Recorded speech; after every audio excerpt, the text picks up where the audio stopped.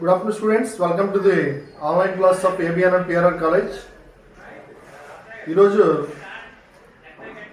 5th unit start చేద్దాం. Last unit ఇది. దీంట్లో ఎకాలజీలో లాస్ట్ యూనిట్. ఈ టైటిల్ ఏంటంటే మన ఎకాలజీలో 5th unit title ecosystem ecology. Ecosystem ecology ఇది the title of the 5th unit. దీంట్లో మనకి first topic ecosystem structure. Ecosystem structure ఇది ఆల్రెడీ అంత ఫస్ట్ యూనిట్లో మనకి కంప్లీట్ అయింది. ఇది ఫస్ట్ యూనిట్లో ఏంటంటే components of the population, components of the ecosystem అది ఫస్ట్ యూనిట్లో కంప్లీట్ అయింది. దాన్నే స్ట్రక్చర్ ఆఫ్ ఈకోసిస్టమ్ అని కూడా అంటారు. జనరల్గా మళ్ళీ బ్రీఫ్గా చెప్తాను. The structure of ecosystem comprises of the abiotic and biotic factors or abiotic and biotic components. Abiotic components means non-living components. Non-living అంటే లైఫ్ లేనటువంటి వాటిని నాన్ లివింగ్ లేదా ఏబయోటిక్ కాంపోనెంట్స్ అంటున్నారు. మళ్ళీ వీటిలో ఏంటంటే డిఫరెంట్ టైప్స్ ఉంటాయి. దాంట్లో ఏబయోటిక్ ఫ్యాక్టర్స్లో మళ్ళీ physical factors, inorganic factors, organic factors ఇవన్నీ కూడా దీంట్లో ఉంటాయి. అంటే light, temperature, water, pH, salinity, humidity ఇవన్నీ కూడా ఏబయోటిక్ ఫ్యాక్టర్స్లోకి వస్తూ ఉంటాయి.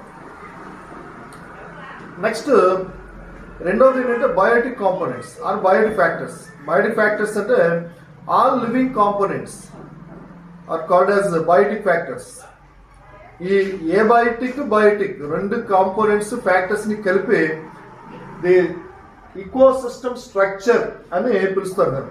ఈకోసిస్టమ్ స్ట్రక్చర్ అంటే ఏబయోటిక్ కాంపోనెంట్స్, బయోటిక్ కాంపోనెంట్స్ రెండు కలిపితేనే ఈకోసిస్టమ్ స్ట్రక్చర్ అని చెప్పి అవుతుంది. మనకి ఈకోసిస్టమ్ అంటే ఏంటి? ఈకోసిస్టమ్ అంటే ఏంటంటే it's a place where we can easily identify the interaction between abiotic and biotic components.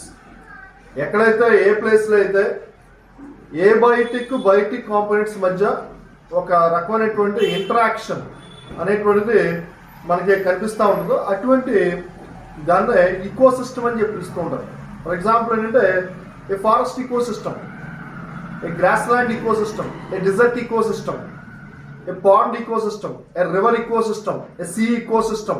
So these are all the ecosystems where we can find the interaction between biotic and abiotic factors. And biotic, abiotic factors మధ్యలో ఈ సంబంధం అనేటువంటిది మనకి ఎక్కడైతే కనిపిస్తుందో దాన్ని ecosystem అని చెప్పి పిలుస్తూ ఉంటాం. ఆ ఈకోసిస్టంలో స్ట్రక్చర్ అంటే ఏబయోటిక్, బయోటిక్ రెండింటినీ కలిపి, కాంపోనెంట్స్ రెండింటినీ కలిపి స్ట్రక్చర్ అని చెప్పిస్తాం. దీంట్లో మనకి బయోటిక్ కాంపోనెంట్స్లో ఉండేటువంటి టైప్స్ ఏంటి కూడా చెప్పాను ఆల్రెడీ. మనం బయోటిక్ కాంపోనెంట్స్ ఏంటంటే they are categorized into 2 types. One is autotrophs and second one is heterotrophs. Autotrophs means these are the green plants and some photosynthetic bacteria. They capability of preparing their own food materials by taking sunlight and carbon dioxide from the atmosphere, manufacturing their own food materials, that is carbohydrates. They are called as autotrophs. And these autotrophs are of different types. Some are microphytes, some are macrophytes, some are aquatic plants. అంటే చిన్న plants ఏమంటారంటే మైక్రోఫైట్స్ అంటారు. కొన్నింటిని పెద్ద plants, trees ఏవైతే ఉన్నాయో వాటిని మ్యాక్రోఫైట్స్ అంటారు. ఏవైతే వాటర్లో ఉండేటువంటి చిన్న ప్లాంట్స్ ఏవైతే ఉంటాయో వాటిని యాక్వాటిక్ ప్లాంట్స్ అని చెప్పి పిలుస్తుంటాం. అంటే green algae, blue green algae ఇవన్నీ కూడా దీంట్లోకి వస్తూ ఉంటాయి. సో అన్నిటినీ కూడా ఆటోట్రాఫ్స్ అనొచ్చు లేదా ప్రొడ్యూసర్స్ అని కూడా అని పిలుస్తాం మనం. ప్రొడ్యూసర్స్ అంటే they are the major part of the environment or ecosystem. Next heterotrophs. Heterotrophs అంటే these are the living organisms, animals particularly. They cannot prepare their own food materials and they must depend on others for their food materials. సొంతంగా ఆహారం తయారు చేసుకోలేక ఇతర జీవులపైన ఆధారపడి ఆహారం సంపాదించుకునేటువంటి ఏవైతే animals ఏవైతే ఉంటాయో లేదా కొన్ని రకాలైనటువంటి మైక్రో ఆర్గానిజమ్స్ ఏవైతే ఉంటాయో వాటిని హెటరోట్రాప్స్ అని చెప్పి పిలుస్తూ ఉంటారు. ఇవి మళ్ళీ 2 types. Heterotrophs are of 2 types, consumers and decomposers. Consumers అంటే these are the animals, decomposers అంటే మైక్రో ఆర్గానిజమ్స్. కన్జ్యూమర్స్ మళ్ళీ 3 types, primary, secondary, tertiary consumers. Primary consumers అంటే they are the animals, they completely depends on the plant food. Only plants మాత్రమే food గా తీసుకునేటువంటి వాటిని primary consumers అంటారు. They are also called as herbivores. And secondary consumers. Secondary consumers అంటే they depend both on plants and animals. ఆహారం కోసం మొక్కలపైన ఇతర జీవులపైన కూడా ఆధారపడే వాటిని సెకండరీ కన్జ్యూమర్స్ అంటారు. అలాగే టెర్షరీ కన్జ్యూమర్స్. టెర్షరీ కన్జ్యూమర్స్ అంటే these are the animals, they depend only on the meat of other animals. మాంసం కోసం ఇతర జీవులపైన ఆధారపడి జీవించే వాటిని టెర్షరీ కన్జ్యూమర్స్ అని చెప్పి పిలుస్తూ ఉంటారు. అండ్ సెకండ్ ఏంటంటే దీంట్లో హెటరోట్రాప్స్ లో డికంపోజర్స్. డికంపోజర్స్ అంటే these are the microorganisms like bacteria and fungus. They depend on dead and decaying organic materials, or even they depend on the live plants and other animals, and causing some types of diseases, and also helps in the decomposition of the organic material of the dead and decaying organic parts of the plants and animals. ఇది జనరల్గా దీన్ని structure అని చెప్పి పిలుస్తూ ఉంటారు. Next ecosystem function అంటే ఏంటి? Ecosystem function అంటే జనరల్గా ఇకోసిస్టమ్ ఫంక్షన్లో మెయిన్గా మనకి 2 టైప్స్ ఉంటాయి. ఒకటి ఏంటంటే the different geological cycles, geochemical biogeochemical cycles. Biogeochemical cycles అంటే దాంట్లో మెయిన్గా మనకి కార్బన్ సైకిల్, నైట్రోజన్ సైకిల్, తర్వాత ఇంకా అదర్ ఫాస్ఫరస్ సైకిల్, ఇటువంటి ఏవైతే సల్ఫర్, ఇటువంటి సైకిల్స్ ఇటువంటి ఏవైతే ఉన్నాయో ఇవి బయోజియోకెమికల్ సైకిల్స్ అంటారు. And they are very important in the nature or ecosystem. ఇకోసిస్టంలో ఈ కార్బన్, తర్వాత nitrogen cycle, carbon cycle, next ఈ సెడిమెంటరీ సైకిల్స్ అనేటువంటి సల్ఫర్, ఫాస్ఫరస్ సైకిల్స్, ఇవన్నీ కూడా ఈ ఆర్గానిక్ మెటీరియల్స్, ఇన్ఆర్గానిక్ మెటీరియల్స్ లో నుంచి ఈ మినరల్స్ ఏవైతే ఉన్నాయో ఈ మినరల్స్ రీసైకిల్ అవడానికి ఈ కెమికల్ సైకిల్స్ అనేటువంటి ఎంతగానో హెల్ప్ చేస్తూ ఉంటాయి. అందుకనే ఇది చాలా important. This is the function of ecosystem. Ecosystem లో ఈ బయోజియోకెమికల్ సైకిల్స్ అనేటువంటిది మేజర్ ఫంక్షన్. నెక్స్ట్ ఇంకొక మేజర్ ఫంక్షన్ ఏంటంటే ఈ ఇకోసిస్టమ్ లో ఉన్నటువంటి ఇంకొక ఇంపార్టెంట్ ఫంక్షన్ ఏంటంటే the energy flow. Energy flow అనేటువంటిది ఇంకొక important function.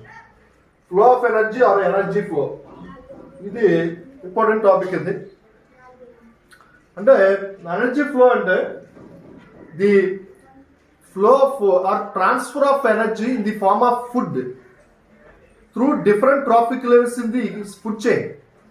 Different trophic levels in the food chains is called as the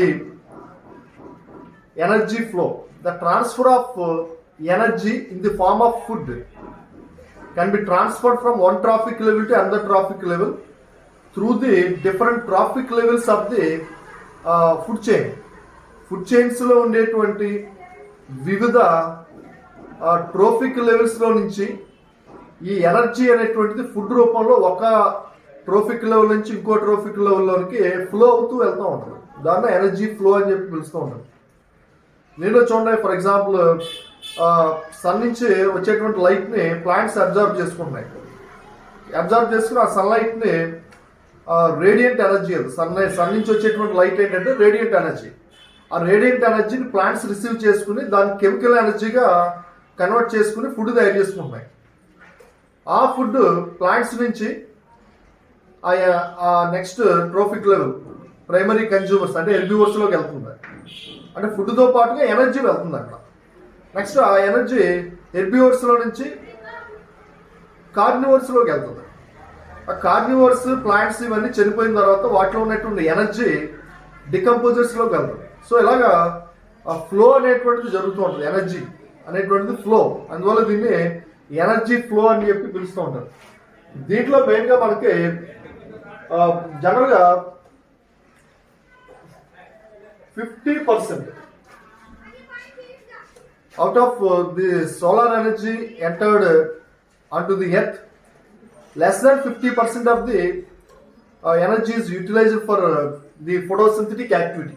అంటే సన్ నుంచి ఏదైతే భూమి మీదకి ఎంత ఎనర్జీ వస్తున్నా సరే, ఎంత లైట్ వస్తున్నా సరే, అంత లైట్ ని ప్లాంట్స్ తీసుకోలేవు. దాంట్లో దగ్గర 50% లైట్ మాత్రమే ఫోటోసింథటిక్ యాక్టివిటీకి ఉపయోగపడుతూ ఉంటుంది. అంటే సన్ నుంచి ఏదైతే లైట్ వస్తుందో భూమి మీదకి, ఆ వచ్చినటువంటి లైట్ లో ఓన్లీ 50% లైట్ మాత్రమే అది ప్లాంట్స్ ఈ ఫోటోసింథటిక్ యాక్టివిటీకి ఉపయోగించుకుంటాయి. సో అలాగా ఫోటోసింథటిక్ యాక్టివిటీకి హెల్ప్ చేసేటువంటి సన్లైట్ ఏదైతే ఉందో దాన్నే ఫోటోసింథటిక్ యాక్టివ్ రేడియేషన్ అని చెప్పి పిలుస్తారు. The energy of the sunlight which is utilized for photosynthetic activity is called as the photosynthetic active radiation. But the plants utilize only 2 to 10% of the part. 2 to 10% of the part. Plants sunlight లో only 2 to 10% photosynthetic active radiation మాత్రమే ఉపయోగించుకుంటున్నాయి. అంటే మిగతా energy, మిగతా light అంతా కూడా disperse అయిపోతూ ఉంటుంది. ఓన్లీ 2 to 10% మాత్రమే సన్లైట్ లో, సన్ నుంచి వచ్చేటువంటి లైట్ లో ఓన్లీ 2 to 10% లైట్ మాత్రమే ప్లాంట్స్ యూటిలైజ్ చేసుకుంటాయి. అది కూడా ఫోటోసింథటిక్ యాక్టివ్ రేడియేషన్. సో అలా యూజ్ చేసుకున్నటువంటి, అలా రిసీవ్ చేసుకున్నటువంటి లేదా ట్రాప్ చేసినటువంటి ఆ సన్లైట్ ఏదైతే ఉందో అది రేడియంట్ ఎనర్జీ. అది దాన్ని ప్లాంట్స్ ఏం చేస్తాయంటే convert into chemical energy. Radiant ఎనర్జీని కెమికల్ ఎనర్జీగా కన్వర్ట్ చేసుకుని ఆ కెమికల్ ఎనర్జీ తోటి ఫుడ్ తయారు చేసుకుంటాయి. దాన్ని స్టార్చ్ లేదా కార్బోహైడ్రేట్స్ అంటాం మనం. ఆ కార్బోహైడ్రేట్స్ ఈ ప్లాంట్స్ లో నుంచి కొంత స్టోర్ అయ్యి, కొంత ప్లాంట్స్ యూటిలైజ్ చేసుకుంటాయి, కొంత స్టోర్ చేసుకుంటాయి, కొంత వేరే యానిమల్స్ కి ఆ ప్లాంట్ లో నుంచి ఫుడ్ వెళ్తూ ఉంటుంది. ఎనర్జీ రూపం, ఎనర్జీ ఫుడ్ రూపంలో వెళ్తూ ఉంటుంది. సో అది ఎనర్జీ ఫ్లో అని. నెక్స్ట్ దీన్ని ఎక్స్ప్లెయిన్ చేయడానికి, ఎనర్జీ ఫ్లో అనేటువంటి దాన్ని ఎక్స్ప్లెయిన్ చేయడానికి different theories of the thermodynamics laws, Newton's laws ఏవైతే, థర్మోడైనమిక్స్ లాస్ ఏవైతే ఉన్నాయో ఆ న్యూటన్ లాస్ ఎంతగానో హెల్ప్ చేస్తూ ఉంటుంది. దాంట్లో ఫస్ట్ లా ఆఫ్ థర్మోడైనమిక్స్ అంటారు. ఫస్ట్ లా ఆఫ్ థర్మోడైనమిక్స్ అంటే energy transfers from one form to another form, but energy neither be created not be destroyed. Energy అనేటువంటిది ఎప్పుడు కూడా ఒక ఫామ్ లో నుంచి ఇంకో ఫామ్ లోకి కన్వర్ట్ అవుద్ది. బట్ ఎనర్జీ అనేటువంటి దాన్ని మాత్రం క్రియేట్ చేయలేము, డిస్ట్రాయ్ చేయలేము. Energy can transfer from one form to another form, but energy neither be created nor be destroyed. ఇది the first law of thermodynamics. ఇప్పుడు సన్ నుంచి వచ్చేటువంటి లైట్ ఏదైతే ఉందో ఆ లైట్ నే ప్లాంట్స్ తీసుకుంటాయి తప్ప ఆ ప్లాంట్స్ ప్రత్యేకంగా వాళ్ళ సొంతంగా లైట్ అనేటువంటిది వాటంతా తీసుకోవడానికి ఎక్కడా లేదు. అది సన్ నుంచి వచ్చేటువంటి లైట్ ని తీసుకుంటున్నాయి, ఆ లైట్ నే అవి నెక్స్ట్ ఇంకొక రూపంలో మార్చుకుంటాయి తప్ప సొంతంగా లైట్ ని క్రియేట్ చేసుకోవడం అనేటువంటిది లేదట. సో అది దాంట్లో. Next second law of thermodynamics. Second law of thermodynamics అంటే while energy is transferring from one trophic level to another trophic level, some amount of energy is lost. అంటే ఒక ట్రాఫిక్ లెవెల్ నుంచి ఇంకో ట్రాఫిక్ లెవెల్లోకి ఎనర్జీ అనేటువంటిది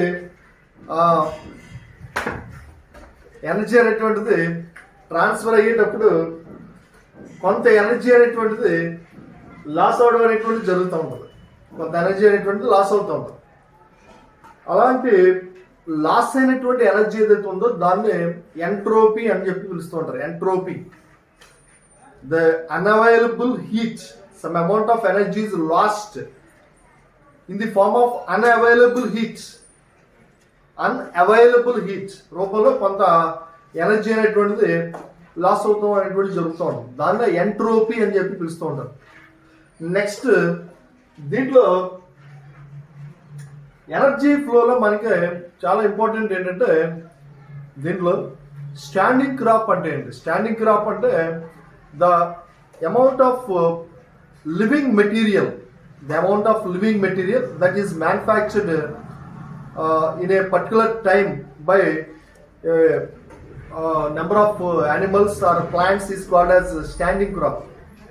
The amount of organic matter or living material manufactured by certain types of animals or plants in a particular time is called as a standing crop. Next, దీంట్లో 10% లా అంటే 10% లా అంటే according to Linde man, scientist పేరు ఏంటంటే Linde man.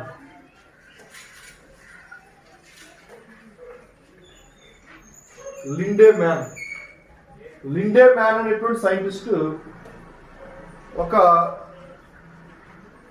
లాని propose చేశారు. ఏంటంటే ఒక animal నుంచి ఇంకొక యానిమల్లోనికి లేదా ప్లాంట్ లోంచి యానిమల్లోనికి ఎనర్జీ అనేటువంటిది ట్రాన్స్ఫర్ అయ్యేటప్పుడు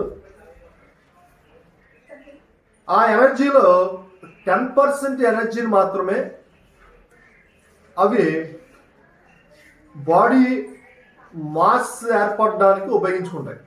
10% ఎనర్జీని మాత్రమే, only 10% of energy is utilized for making of the body mass and remaining energy is utilized for basic metabolic activities, and some amount of energy is lost and some amount of energy is transferred to the next trophic level. అంటే ఇప్పుడు plants లోకి for example plants లోకి 100 kilo joules తయారైంది plant లో energy food రూపంలో ఉందని.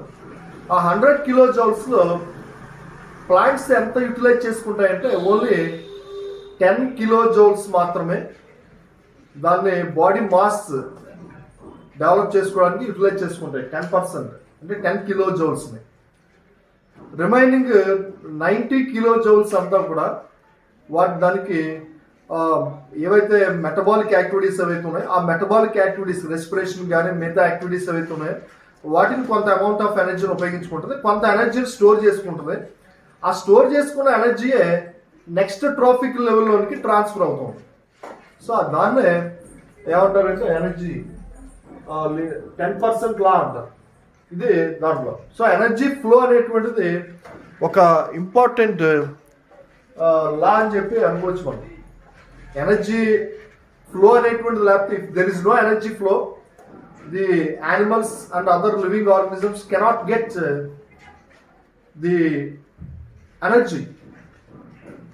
Energy అనేటువంటి flow అనేటువంటిది లేకపోతే ఇప్పుడు ఎనర్జీ అంతా ఒక యానిమల్లోనే లేదా ఒక పర్టికులర్ ట్రోఫిక్ లెవెల్లోనే స్టాగ్నెంట్ అయిపోయి ఉంది అనుకున్నాం. ప్లాంట్స్లోనే ఉండిపోయింది ఎనర్జీ అంతా.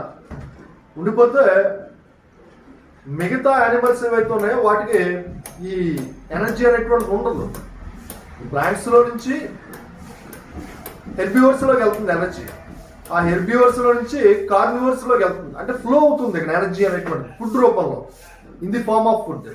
అలా ఫ్లో అవడం వల్ల అన్ని యూనివర్స్ లేదా ఏదైతే ఎర్త్ మీద ఉన్నటువంటి అన్ని యానిమల్స్ లేదా అన్ని ప్లాంట్స్కి అన్ని మైక్రో ఆర్గానిజమ్స్కి ఎంతో కొంత ఎనర్జీ అనేటువంటిది అవైలబుల్గా ఉంది. సో దాన్ని ఎనర్జీ ఫ్లో అని చెప్పి పిలుస్తూ ఉంటాం. ఫ్లో ఆఫ్ ఎనర్జీ అనేటువంటిది it's a very important function of the ecosystem. ఈకోసిస్టంలో ఫ్లో ఆఫ్ ఎనర్జీ అనేటువంటిది ఎనర్జీ ఫ్లో అనేటువంటిది అంత ఇంపార్టెంట్ రోల్ ప్లే చేస్తూ ఉంటుంది. సో ఇది మెయిన్గా దీంతో మనకి ఈకోసిస్టమ్ స్ట్రక్చర్ అంటే different abiotic factors and biotic factors ఇది కంప్లీట్ అయింది. తర్వాత ఈకోసిస్టమ్ ఫంక్షన్స్ లో మనకి చెప్పాను biogeochemical cycles, carbon cycle, nitrogen cycle, తర్వాత సల్ఫర్ సైకిల్, ఫాస్ఫరస్ సైకిల్. ఈ సైకిల్స్ అన్ని కూడా మీకు నాకు తెలుసు మైక్రోబయాలజీలో వస్తుంది. మీకు అది సేమ్ యాస్టీజ్ అది రాస్తే సరిపోతుంది ఎగ్జామ్లో అడిగితే కనుక. Carbohydrates, carbon cycle, nitrogen cycle, తర్వాత ఫాస్ఫరస్ ఆర్ సల్ఫర్ సైకిల్ ఏవైతే ఉన్నాయో ఇవి మైక్రోబయాలజీలో వస్తుంది మీకు. ఆ మైక్రోబయాలజీలో వచ్చేటువంటి ఈ సైకిల్స్ ని యాస్టీజ్ చదివితే సేమ్ దాంట్లో చదువుతారు కాబట్టి మళ్ళీ దీంట్లో ప్రత్యేకంగా మీరు స్టడీ చేయవలసినటువంటి అవసరం లేదు. సేమ్ యాస్టీజ్ అది రాస్తే సరిపోతుంది. సో అలాగే అది కూడా ఫంక్షన్లోకి వస్తుంది. అలాగే ఎనర్జీ ఫ్లో అనేటువంటిది కూడా ఈ ఇకో సిస్టమ్ ఫంక్షన్లోకి వస్తాం. సో ఇది ఈరోజు టాపిక్. ఇది నెక్స్ట్ క్లాస్లో మిగతా టాపిక్స్ చూద్దాం. So up to this thank you very much.